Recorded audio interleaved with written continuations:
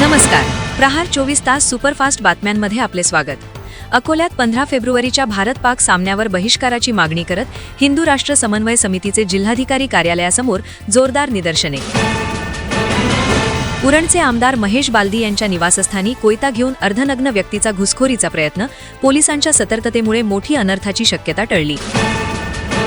भोगावती नदीपात्रात दूषित पाण्यामुळे हजारो मासे मृत्युमुखी. परिसरात पिण्याच्या पाण्याचा गंभीर प्रश्न.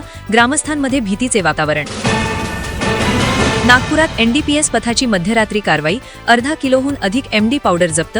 कोटींचा मुद्देमाल हस्तगत.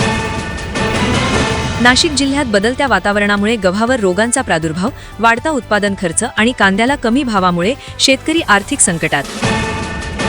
राष्ट्रवादीतील घडामोडींवर प्रतिक्रिया देताना शरद पवार गटाचा सूचक इशारा. राज्यसभा निवडणुकीसाठी मवियात चर्चांना वेग.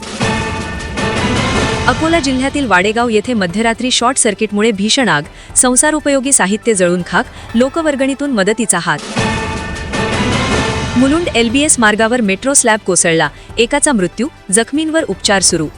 या होत्या आजच्या सुपरफास्ट बातम्या. अधिक सविस्तर बातम्यांसाठी पाहत रहा प्रहार 24 तास.